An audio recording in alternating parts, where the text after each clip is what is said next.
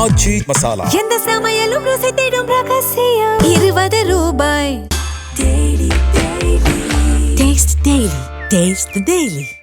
எங்களுடைய ஆட்சியில் இப்படி இருக்குது அப்படிங்கிறதெல்லாம் நான் ஏதோ சப்பக்கட்டு பேசிடுவதுங்களா. இது கடுமையாக மிக மோசமான ஒரு கொடூர முறை. ஒரு குழந்தைக்கு இவ்வளவு தூரம் கொடுமை நடந்திருக்குன்னா மனிதனை எவனும் பார்த்துருக்கு. நான் மனிதன் அப்படிங்கிற அடிப்படையில் தான் அந்த வார்த்தையை நான் சொல்லுவேன். அப்போ இதையெல்லாம் சகித்து கொண்டு இருக்க முடியாது. காவல்துறை உரிய நடவடிக்கை எடுக்கவில்லை என்றால் காவல்துறை மீதே நடவடிக்கை எடுக்க வேண்டியது கட்டாயத்தவே இன்னைக்கு ஏற்பட்டிருக்கு. சிங்கப்பெண் பாதுகாப்பு படைக்கு ஏன் தகவல் சொல்லலை? 3 மணி நேரம் தேடுகிற அந்த பெற்றோர்களுக்கு ஏன் அந்த கிராம நிர்வாக அதிகாரிக்கு தெரியல? சரி, 4 பேர் சேர்ந்து தூக்கிட்டு போனோம்னு சொல்லவர்கள் ஒரு செய்தி இருக்கு. இன்னொரு செய்தி வீட்டுக்குள்ளேயே கற்பழித்தார்கள் அப்படிங்கிற ஒரு செய்தி இருக்கு. 4 பேரை பார்த்த பெண்கள் ஏன் அந்த 4 பேரை மடக்கி பிடிக்கல அப்படிங்கிற ஒரு கேள்வி. கற்பழிக்கப்பட்டு கொலை செய்யப்பட்டது 3 வயது குழந்தை. அந்த குழந்தைக்கு எப்படி இதை தெரியப்படுத்தணும்னு நமக்கு லாஜிக் வேணும். அதை தாண்டி இந்த எண் கொடுத்திருக்காங்க சிங்கப்பெண். அந்த எண்ணை பயன்படுத்தினால் பல இது யூஸ் ஆகுது. இன்னமும் அந்த எண்கள் கடைபிடிப்பது சேர்லைன்னு நான் சொல்றேன். காவல்துறை அதுக்குரிய நடவடிக்கைகளை மேற்கொள்ளது. கதறல் முன்னேற்ற கழகம் இவ்வளவு கதறுவாங்கன்னு நம்ம எதிர்பார்க்கல. ஆனால் இன்றைக்கு நீங்கள் குறிப்பிட்டதை போல அவங்களுக்கு பாயிண்ட் கிடைச்சிருச்சுல. நம்ம இப்போ காலையில் டெட் பாடி பேசுகிறாருங்க, எப்படி இருக்குன்னு பாருங்க. நான் கேட்குறேன், டெட் பாடிக்கு ஒரு நீங்கள் கள்ளக்குறிச்சி ஸ்ரீமதிக்கு கதறினீங்களா? கதறலையே. இன்னைக்கு கதறீங்களே ஏன்? நீங்கள் திமுக எந்த அஜெண்டாவை எடுக்கிறதோ அதே அஜெண்டாவை அதிமுகவும் எடுக்குது. அதனால் இது இப்போ இன்னொரு விடயம் என்னென்னா, கடந்த கால ஆட்சியில் குற்றவாளிகளை கண்டுபிடிப்பதில் ஒரு தேக்க நிலை இருந்தது. அரசியல் தலையீடு நிறைய இருந்தது. இன்றைக்கி எந்த அரசியல் தலையீடும் நம்ம ஆட்சியில் இல்லைங்கிறது மட்டும் என்னால் தெளிவாக சொல்ல முடியும். இன்றைக்கி அந்த குற்றவாளியை வெறும் 3 மணி நேரத்தில் யாருங்கிறத இன்றைக்கி கண்டுபிடிச்சி தூக்கியிருக்காங்க. போக்சோ சட்டம் வாய்க்கப்பட்டிருக்கிறது. இனிமேலும் இது போன்ற சம்பவங்கள் தமிழ்நாட்டில் தொடர்மையானால் எங்கள் அண்ணன் தளபதி தலைவர் விஜய் அவர்கள் நீங்கள் பார்த்து கொண்டிருக்க மாட்டார்னு நான் கருதுகிறேன். பார்த்துக்கணும், அவ்வளோதான்.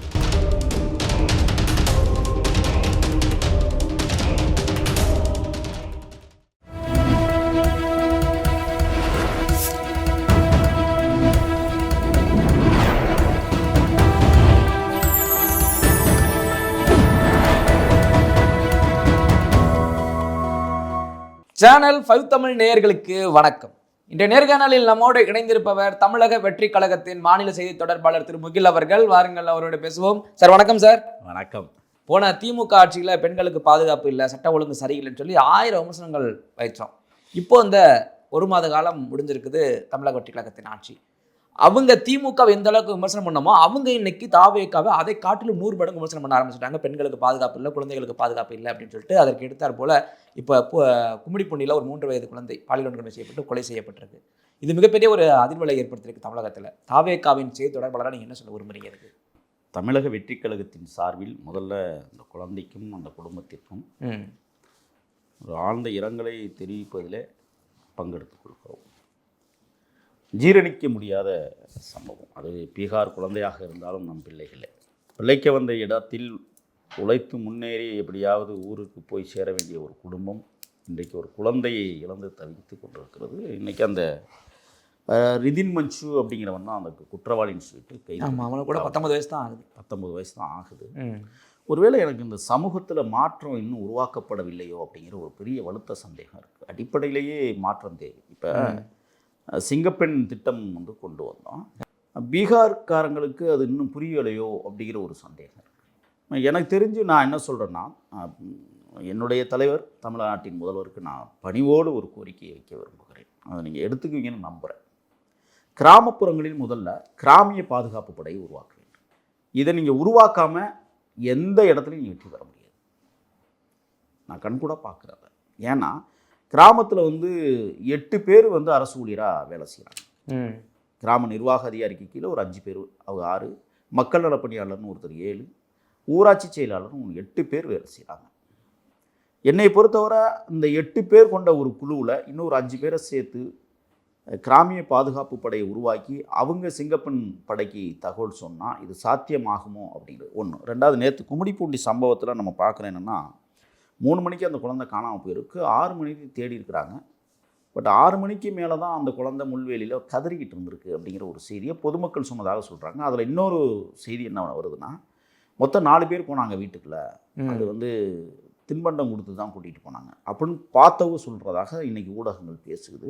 சரி, பார்த்தவங்க ஏன் பிடிக்கல? இப்படி ஒரு கேள்வி இருக்குல்ல. 4 பேர் வீட்டுக்குள்ளே நுழைஞ்சு அந்த பொண்ணை முன்னுக்கு பின் முரணான தகவல்கள் வந்து கொண்டிருக்கு. ஒன்று வேலியில் கடந்துச்சுன்னு சொல்கிறாங்க, இன்னொன்று வீட்டுகளே கடந்துச்சுன்னு சொல்கிறாங்க. இந்த இருவேறு செய்திகளை ஊடகங்கள் தான் பரப்புது. முதல்ல ஊடகங்களுக்கு ஒரு கட்டுப்பாடு தேவை. எது உண்மையோ அதை தயவு செய்து சொல்லுங்கள். ஒன்று. ரெண்டாவது, இந்த காவல்துறையும் இப்போ வந்து எல்லாரையும் கைது செய்திருக்கிறது. அது வந்து சரியான அணுகுமுறை இல்லை. அவங்க பேச்சுவார்த்தைக்கு அழைத்து உடனடியாக ஒரு முடிவுக்கு கொண்டு வரணும்னா, அது எந்த காவல்துறையாக இருந்தாலும் நான் வந்து சொல்லுவேன் கண்டிப்பாக. அது என்னுடைய ஆட்சியில், எங்களுடைய ஆட்சியில் இப்படி இருக்குது அப்படிங்கிறதெல்லாம் நான் ஏதோ சப்பக்கட்டு பேசிடுவதற்கு இல்லை. இது கடுமையாக மிக மோசமான ஒரு கொடூர முறை. ஒரு குழந்தைக்கு இவ்வளவு தூரம் கொடுமை நடந்திருக்குன்னா மனிதநேய நியமனம் பார்த்துக்கிட்டு இருக்க முடியாது. நான் மனிதன் அப்படிங்கிற அடிப்படையில் தான் அந்த வார்த்தையை நான் சொல்கிறேன். தாவேக்காவினுடைய செய்தி தொடர்பாளர் என்கிறதை தாண்டிலும் எனக்குன்னு ஒரு மனித உணர்வு இருக்கிறது. எனக்கென்று ஒரு நடுநிலை தேவைப்படுகிறது எனக்கு. அப்போ இதையெல்லாம் சகித்து கொண்டு இருக்க முடியாது. காவல்துறை உரிய நடவடிக்கை எடுக்கவில்லை என்றால் காவல்துறை மீதே நடவடிக்கை எடுக்க வேண்டியது கட்டாயத்தவே இன்னைக்கு ஏற்பட்டிருக்கிறது. சிங்கப்பெண் பாதுகாப்பு படைக்கு வந்து ஏன் தகவல் சொல்லலை? 3 மணி நேரம் தேடுகிற அந்த பெற்றோர்களுக்கு ஏன் அந்த கிராம நிர்வாக அதிகாரிக்கு தெரியலை? அங்கே பணியாற்றக்கூடிய அரசு ஊழியர்கள் எவரேனும் ஏன் அந்த செய்தியை எடுக்கலை? இந்த கேள்விகளுக்கெல்லாம் அங்கே செயலாற்றக்கூடிய அரசு ஊழியர்கள் பதில் சொல்லியாக வேணும்னு நாங்கள் சொல்கிறோம். நீங்களாம் அரச கட்டமைப்புக்குள்ள தானே வேலை செய்கிறீங்க. 3 மணி நேரமாக ஒரு குடும்பம் தேடிக்கிட்டு இருக்கு அப்படின்னு சொன்னால் அந்த தேடல் என்பதை யாரும் கண்டுபிடிக்கலையா? சரி, 4 பேர் சேர்ந்து தூக்கிட்டு போனோம்னு சொல்லவர்கள் ஒரு செய்தி இருக்குது. இன்னொரு செய்தி வீட்டுக்குள்ளேயே கற்பழித்தார்கள் அப்படிங்கிற ஒரு செய்தி இருக்குது. 4 பேரை பார்த்த பெண்கள் ஏன் அந்த 4 பேரை மடக்கி பிடிக்கல அப்படிங்கிற ஒரு கேள்வி இருக்குது. இதையெல்லாம் இன்றைக்கு திமுகன்னு சொல்கிறது தப்பு. இப்போ அவங்களுக்கு பேரை மாற்றியாச்சு. முன்னாடிலாம் கருணாநிதி திராவிட முன்னேற்ற கழகம்னு சொல்கிறது, இப்போ பேரை மாற்றியாச்சு. கதறல் திமுக அப்படின்னா கதறல் முன்னேற்ற கழகம் அப்படின்னு கூட இப்போ பேர் வைக்கலாம். இப்போ அவங்களுக்கு என்ன ஏதாவது ஒன்று கிடைக்காத அந்த ஆட்சியை கவிழ்ப்பதற்கு இந்த அவங்க கிடைக்காதான் தேடும் நேரத்தில் கிடைக்கிற மாதிரி தானே இப்போ ஆட்சி இல்லை. அது ஏற்றுக்கொள்ள முடியாத சம்பவம் தான் நான் பேசுகிறேன். இல்லை, நீங்கள் சொல்லும் போல பீகார் மக்களுக்கு இந்த சிங்கப்பெண் படை பற்றி புரிதல் இல்லையான்னு கேட்குறீங்க. கற்பழிக்கப்பட்டு கொலை செய்யப்பட்டது 3 வயது குழந்தை. அந்த குழந்தைக்கு எப்படி இதை தெரியப்படுத்தணும்னு நமக்கு லாஜிக் வேணும். அதை தாண்டி இந்த எண் கொடுத்துருக்காங்க சிங்கப்பெண்ணுக்கு, அந்த எண்ணை பயன்படுத்தினால் பல இது யூஸ் ஆகல. இன்னமும் அந்த எண்கள் கடைக்கோடியில் போய் சேரலைன்னு நான் குற்றச்சாட்டு வைக்கிறேன். காவல்துறை அதுக்குரிய நடவடிக்கைகளை மேற்கொள்ள வேண்டும். நான் எந்த படையாக இருந்தாலும் குற்றச்சாட்டு வைப்பேங்க. வேலை செய்யலைன்னா குற்றச்சாட்டு வைப்பேனா? எங்கள் ஆட்சி தூய்மையான ஆட்சியாக நடைபெற வேண்டும் என்று நானும் ஆசையோடும் அளபரிய அன்போடும் ஒரு தலைவனை நேசிக்கிற தொண்டனாக நான் பணியாற்றுகிறேன். அப்போ எனக்கு அது தேவைப்படுது. நான் ஒவ்வொரு நாளும் என்னால் தூங்க முடியலைங்க.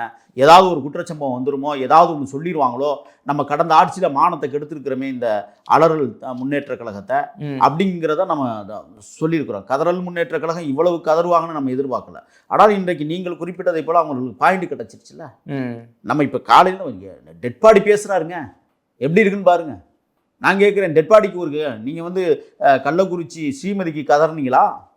கதறலையே. இன்னைக்கு கதறீங்களே ஏன்? நீங்கள் திமுக எந்த அஜெண்டாவை எடுக்கிறதோ அதே அஜெண்டாவை அதிமுகவும் எடுக்குது. அப்போ 2 பேரும் மறைமுக கூட்டணி வைத்துக்கிட்டு தமிழ்நாட்டில் இப்போ என்ன செய்கிறாங்கன்னா எங்களுடைய இந்த பொற்கால ஆட்சியை கலைக்கணும்னு முடிவு பண்ணுறாங்க. உண்மையிலே சொல்கிறேன், இதுவரை சரியான ஆட்சி முறையாக போய் கொண்டிருக்கு. ஆனால் அதை கெடுப்பதற்கென்று இது போன்ற வக்கர புத்திக்காரர்கள் இன்றைக்கு இறக்கி விடப்பட்டிருக்கிறார்கள் என்றே நான் கருதுகிறேன். பொற்கால ஆட்சி சரியாக நகருதுன்னு சொல்கிறீங்க. ஆனால் எதிர்க்கட்சி தலைவர் அப்படி உதயநிதி அவர்கள் பேசும்போது சொல்கிறாரு, இன்றைக்கு சட்ட ஒழுங்கு அப்படின்றது வெண்டிலேட்டரில் இருக்குது. தமிழ்நாடு சட்ட ஒழுங்கு வெண்டிலேட்டர்னா புரியும் உங்களுக்கு. ஆக்சிஜன் சுவாசிக்க காற்று இல்லாமல் வச்சிருக்கிற சூழ்நிலையில் தமிழகம் இருக்குன்னு பயன்படுத்தியிருக்காங்க இந்த வார்த்தையை. இல்லை, அலறல் முன்னேற்ற கழகத்துக்கு இப்போ அலறுகிற வேலையை தொடங்கியிருக்கிறார்கள். அவர்களுக்கு நான் ஒன்று சொல்கிறேன், ஏன்னா உதவாநிதிக்கும் சொல்லுகிறேன். நீங்கள் இப்போ நாங்கள் வெண்டிலேட்டரை இருக்கிறோம்னா நாங்கள் பொழைச்சிரும். எங்களை வெண்டிலேட்டரில் ஒன்றே உட்கார வச்சதே நீங்கள் தான். இந்த சட்டம் ஒழுங்கு சீர்கெடுக்கும் முதன்மை காரணமே வந்து இந்த உதவாநிதி கட்சியை சேர்ந்த அலறல் முன்னேற்ற கழகத்தினர் தான் இதுக்கு மூல காரணம். ஒன்று. ரெண்டாவது, இப்போ இன்னொரு செய்தியை நான் எங்களது அரசுக்கும் நான் வந்து வைக்க விரும்புகிறேன். முதல்ல வெளிமாநிலத்தவர்களை கணக்கெடுப்பு நடத்தணும். யாருடைய கட்டுப்பாட்டில் அவர்கள் வேலை செய்கிறார்கள்? எத்தனை குடும்பம் வந்து வேலை செய்கிறது? என்ன வேலை செய்கிறார்கள்? இதை வந்து இப்போ கணக்கெடுப்பு நடத்த வேண்டிய தேவை இன்றைக்கு கும்மிடிப்பூண்டி எங்களுக்கு பாடமாக கொடுத்துருக்கிறது என்றே நான் கருதுகிறேன். யாரும் இங்கே பிழைக்க வரக்கூடாதுன்னு நம்ம சொல்ல, எல்லாரும் மக்கள் தான், எல்லோரும் மனிதர்கள் தான், பிறப்புக்கும் எல்லா உயிருக்கும் அப்படிங்கிறது தான் தாவேக்காவுடைய தத்துவ கொள்கை. இங்கே வந்து பிழைப்பதற்கு வந்தவர்களுக்கு இடையிலேயே இவ்வளவு மோசமான, நீங்கள் திமுக ஆட்சியில் வேளச்சேரியில் இதே போன்ற சம்பவம் நடந்துச்சு. கூடவே அதே பீகார்காரங்கள்ட்ட ஒரு பொண்ணை இதே மாதிரி தான் கற்பழிச்சு போட்டாங்க. உங்களுக்கு நினைவு இருக்குன்னு நினைக்கிறேன். அப்போ இதையும் கம்பேர் பண்ணக்கூடாதுன்னு தான் நான் கருதுறேன். ரெண்டும் ஒரே நேர்கோட்டில் தான் இந்த சம்பவங்கள் நடந்துக்கிட்டு இருக்கு. அப்போ இதுக்கு அடிப்படை தேவை நாம் இன்னும் வந்து கட்டமைக்கலையோ அப்படிங்கிற ஒரு மிகப்பெரிய சந்தேகம் நமக்கு இருக்குது. அதனால் இது இப்போ இன்னொரு விடயம் என்னென்னா, கடந்த கால ஆட்சியில் வந்து குற்றவாளிகளை கண்டுபிடிப்பதில் ஒரு தேக்க நிலை இருந்தது, அரசியல் தலையீடு நிறைய இருந்தது. இன்றைக்கி எந்த அரசியல் தலையீடும் நம்ம ஆட்சியில் இல்லைங்கிறது மட்டும் என்னால் தெளிவாக சொல்ல முடியும். இன்றைக்கி அந்த குற்றவாளியை வெறும் 3 மணி நேரத்தில் யாருங்கிறத இன்றைக்கி கண்டுபிடிச்சி தூக்கியிருக்காங்க. போக்சோ சட்டம் வாய்ச்சப்பட்டிருக்கிறது. பிரேத பரிசோதனை அறிக்கை வந்ததுக்கு பிறகு கொலை வழக்கு அவன் மேலே பதியப்படும் என்கிறத காவல்துறை அதிகாரிகள் சொல்லிக்கிட்டு இருக்காங்க. இருந்தாலும் நடந்து முடித்ததற்கு பிறகு இது போன்ற நடவடிக்கைகளை ஏன் நாம் கொடுக்க வேண்டும்? நடக்காமல் தடுப்பதற்கு ஒரு நடவடிக்கை. அதுக்கு சொல்யூஷன் யாருக்கிட்ட தான் இருக்குது? நடக்காமல் தடுக்கணும்னா இப்போ இந்த ரூம்குள்ள நம்ம இருக்கிறோம், கேமராமேன் இருக்கார், நான் திடீர்னு பாஞ்சு உங்களை ஏதோ பண்ணுறேன் அப்படின்னா இந்த அளவுக்கு என்ன பண்ண முடியும்னு நினைக்கிறீங்க? யாரும் இல்லை, இது தனிமனித ஒழுக்கம் தேவை. ஆமாம், இந்த தனிமனித ஒழுக்கத்தை நாம் இன்னும் வந்து தவற விட்டுக்கிட்டு இருக்கிறோம் தான் நான் கருதுனேன். நீங்கள் உடைகளில் மாற்றம் தேவை. முதல்ல ஒரு காலத்தில் எல்லாம் வந்து நம்மளுடைய தமிழ் பெண்கள்லாம் வந்து தாவணியும் பாவாடையும் போடுகிற காலகட்டங்களில் வந்து இது போன்ற சம்பவம் நடந்துச்சுன்னா ரொம்ப கேள்விக்குறியாக இருக்கும். ரெண்டாவது, பண்பாடு கலாச்சாரங்களை வந்து நாம் ஊக்குவிக்கலைன்னு தான் நான் சொல்கிறேன். ஏன்னா இன்னைக்கு ஊடகங்களில் வருகிற செய்திகள், தொலைக்காட்சிகளில் வருகிற தொடர்கள் எல்லாம் இந்த பெண்களை ஒரு மாய உலகத்திற்கு மாற்றி கொண்டு இருக்கிறது. அப்படிங்கும்போது நீங்கள் வந்து பழைய உடைகளை பள்ளிகள்லேயே இப்போ இந்த சுடிதார் முறையை ஒழித்தாக வேண்டும். இது வந்து சரியாக இல்லைன்னு நான் நினைக்கிறேன். நீங்கள் ஒரு காலத்தில் அந்த வெள்ளை சட்டை, ஊதா பாவடை, ஊதா தாவணி போட்டு வருகிற ஒரு அழகில் இன்றைக்கி பார்க்க முடியுதா? இல்லை. அன்னைக்கு அது அழகாக இருந்தாலும் ரசிச்சுட்டு போயிடுவோம். ஆனால் இன்றைக்கி ரசிக்க முடியாத உடையை போட்டு கூட ரசிக்க வைக்கிற தோரணையில் இன்றைக்கி இருக்குது. நான் பெண்களை குறை சொல்லவில்லை, குற்றம் சாட்டவில்லை. நீங்கள் இதை ரொம்ப கவனமாக எடுத்துக்கணும். நாம் பண்பாடு கலாச்சாரங்களில் மாற்றம் கொண்டு வந்தாலும் உடைகளில் மாற்றம் தேவைப்படுகிறது. அது பள்ளியிலிருந்தே உருவாக்க வேண்டும் என்று தான் இப்போ நான் யோசிக்கிறேன். ஒன்று. ரெண்டாவது, தொலைக்காட்சி தொடர்களுக்கும் தணிக்கை தேவை. இது இல்லாமலாம் நீங்கள் எந்த தொலைக்காட்சி தொடருக்கும் தணிக்கை இல்லை. அது என்ன மாதிரி உடை போடுதுங்க அப்படிங்கிறதே இன்றைக்கி நாம் பார்க்க முடிகிறது. சென்னையில் வந்து இன்றைக்கி ஆங்கில கலாச்சாரம் ஆழமாக காலூன்றி கிடக்கிறது. பெண்கள் உடை கலாச்சார சீர்கேடு முக்கியம் அப்படின்னு ஒரு கருத்தை வைக்கிறீங்க, ரைட்? அதே ஒரு பாயிண்ட் ஆஃப் எடுத்துக்கும். இப்போ 3 வயது குழந்தை அப்படின்னா அதை நம்ம எந்த வகையிலுமே நீங்கள் அதை இல்லை, அவனுடைய மனோபாவம் ஆடை வடிவிலையும் சொல்ல முடியாது, எரிஞ்சிட முடியாது. தனி மனித ஒழுக்கம் தான் தேவை. என்னுடைய கேள்வி என்ன அப்படின்னா, எதிர்க்கட்சி மீது கேள்வியை வைக்கிறாங்க. குழந்தைகளை வைத்து தான் இன்றைக்கு தமிழக வெற்றி கழகம் ஆட்சி அமைச்சா. ஒவ்வொரு வீட்டிலும் அந்த குழந்தைங்க தான் அப்பா ஓட்டு போடுங்க, மாமா ஓட்டு போடுங்க, தாத்தா ஓட்டு போடுன்னு சொல்லி ஓட்டு வாங்கி கொடுத்தது.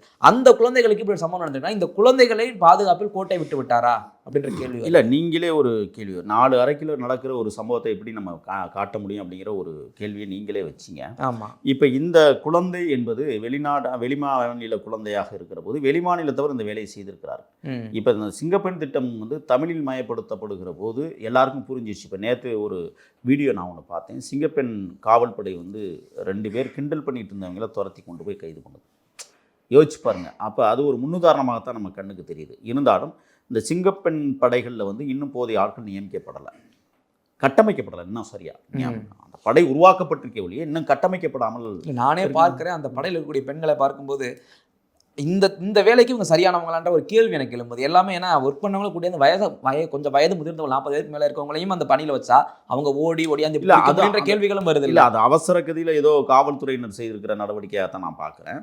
காவல்துறையை சேர்ந்த நண்பர்கள் தயவு செய்து இந்த சிங்கப்பெண் படையில் 21 வயதிலிருந்து 30 வயதிற்கு உட்பட்ட பெண்களாக இருக்க வேண்டும் அப்படிங்கிறத உறுதிப்படுத்தணும் முதல்ல.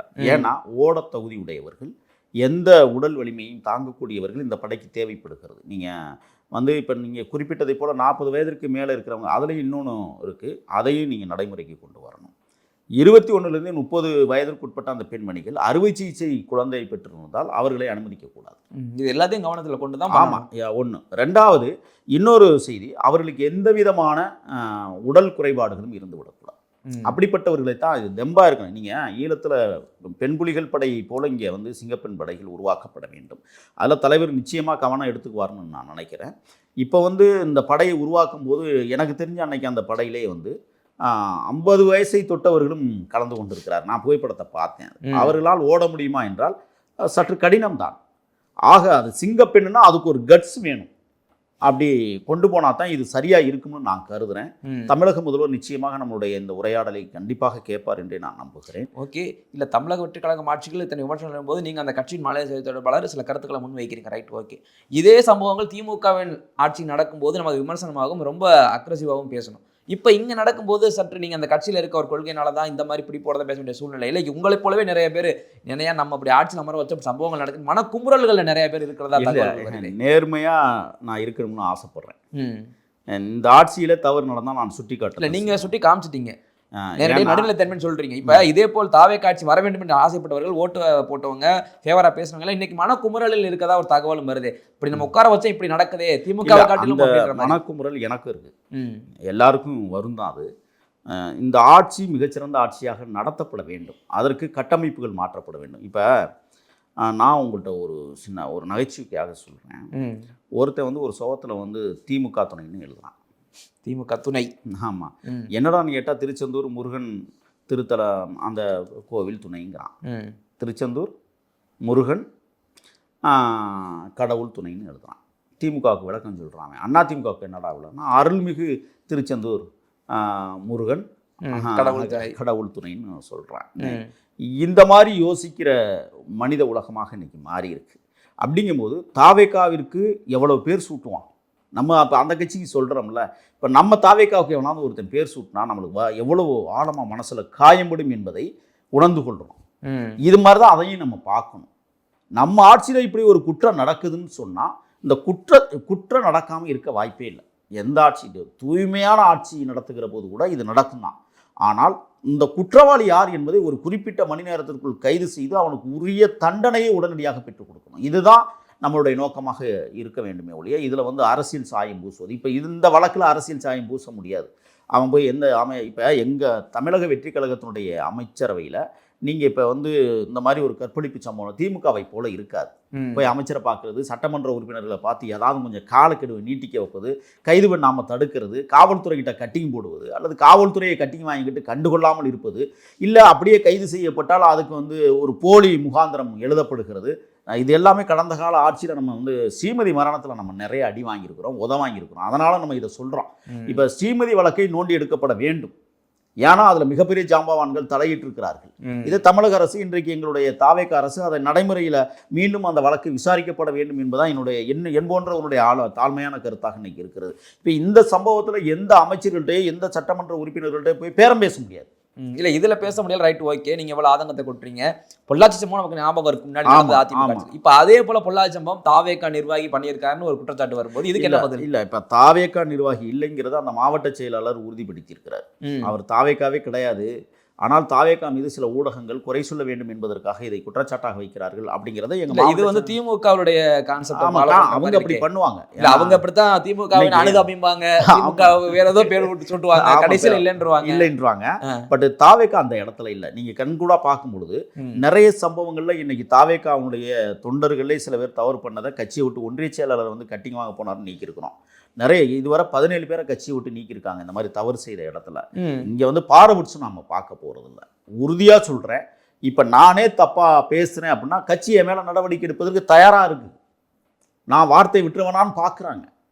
நான் என்னையை பொறுத்தவரை என்னன்னா, என்னுடைய இண்டிவிஜுவல்னு ஒன்று இருக்குல்ல, நான் அந்த கருத்தை சொல்லி தானே ஆகணும். அது சரியோ தப்போ, அப்போ அந்த கருத்துக்குள்ளே ஏதோ ஒரு ஆழமான விஷயம் பதுங்கி இருக்குங்கிறத நான் உணர்கிற போது அது வார்த்தைகளில் வெடிக்குது. என்னை பொறுத்தவரை என்னென்னா, நீங்கள் கேட்குற கேள்வி நியாயமான கேள்வி. தாவேகாக்காரர்கள் யாராவது தவறு செய்தால் அப்படின்னா உடனடியாக சட்டம் பாயணும். அதை காம்ப்ரமைஷனே இருக்கக்கூடாதுங்கிறேன். ஆளுங்கட்சியை சார்ந்த ஒருவர் என்ன, அவனுக்கு ஆளுங்கட்சியை சார்ந்த ஒருவர் அவனுக்கு ஏன் கொடுக்கணும்? அவனுக்கு என்ன தகுதி இருக்குது நான் கேட்குறேன். இந்த மாதிரி குற்றவாளிகள் யாராக இருந்தாலும் சரி உடனடியாக கைது செய்து சிறைப்படுத்தி அவனுக்கு உரிய தண்டனையை பெற்றுக் கொடுக்க. இப்போ நீங்கள் பொள்ளாச்சி சம்பவத்தை சொன்னீங்க, ஏன் இன்னும் பொள்ளாச்சியில் தீர்வு இல்லைங்கிறதே நம்ம இன்னும் ஒரு பொள்ளாச்சிக்கு தீர்வு இல்லை, இன்னொரு பொள்ளாச்சி சம்பவம் போல நடக்குது அப்படின்னு சொன்னால் ஏற்றுக்கொள்ளவே முடியாது. நீங்கள் கோயம்பேடு பேருந்து நிலையத்தில் நடக்காத அட்டுழியங்கள் இன்னைக்கு வர தொடர்கிறது. நான் பலமுறை சொல்லிட்டேன், அதை பலமுறை பார்த்துருக்கிறேன். இன்னும் காவல்துறை உரிய நடவடிக்கை இல்லை. இன்னைக்கும் கட்டிங் வாங்குறாங்க தெரியுமா? KK நகர் காவல் நிலையத்தில் ஒரு நபர் என் கண்ணுக்கு முன்னாலே ஒரு பெட்டி கடையில் போய் கட்டிங் வாங்குறாரு. என்னை பார்க்குறாரு, நான் வீடியோ எடுப்போனா அப்போ என்னென்னு பார்த்துக்கிட்டு நைஸாக வாங்கி பேண்ட் சீக்கிரம் அப்போ இன்னும் அந்த நீட்சி, திமுகவுடைய நீட்சி தொடர்கிறதா தான் நான் பார்க்குறேன். இதெல்லாம் கட்டுக்குள் கொண்டு வருவது காவல்துறையினுடைய கடமை. காவல்துறையை கையில் வைத்திருக்கிற எங்கள் தலைவர் எல்லாத்தையும் ஒருமுகப்படுத்த முடியாது. அதற்கு அதிகாரிகள் போட்டிருக்கிறார்கள், அதற்கு அதிகாரிகள் செயல்படுகிறார்கள், அவர்களுக்கு மக்கள் சம்பளம் கொடுக்கப்படுகிறது. அப்போ அவர்களுக்கான வேலையை நேர்மையாக செய்ய வேண்டும்ங்கிறதான்.